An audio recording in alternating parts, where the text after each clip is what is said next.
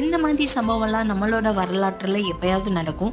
அதை நம்ம கேப்சர் பண்ணி வச்சோம்னா ஒரு ஸ்வீட்டான மெமரி நம்ம கூடவே இருக்கும். அப்படி தான் இந்த வீக்கெண்ட் வந்துட்டு மதியானம் செஞ்ச ஃபிஷ் ஃப்ரை எல்லாமே மீந்திருச்சு.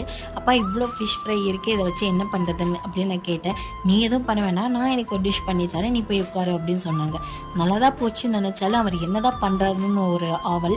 அவர் கூட இருந்து பார்த்துட்டு இருந்தேன். ஃபிஷ் ஃப்ரை எல்லாம் உதுத்து போட்டு நல்லா எக்கெல்லாம் போட்டு பொடி மாஸ் மாதிரி பண்ணிவிட்டு ப்ரெட்டை நல்லா டோஸ்ட் பண்ணிவிட்டு ஆனியன், அது கூட வந்து கெச்சப், டொமேட்டோ, கொஞ்சம் மயோ, அப்புறம் இந்த ஸ்டஃபிங்லாம் உள்ளே வச்சு நல்லா கட் பண்ணி மேலே கொஞ்சம் கெச்சப்லாம் தூவி கொடுத்தாரு. சாப்பிட்றதுக்கு செமையம்மையாக இருந்தது.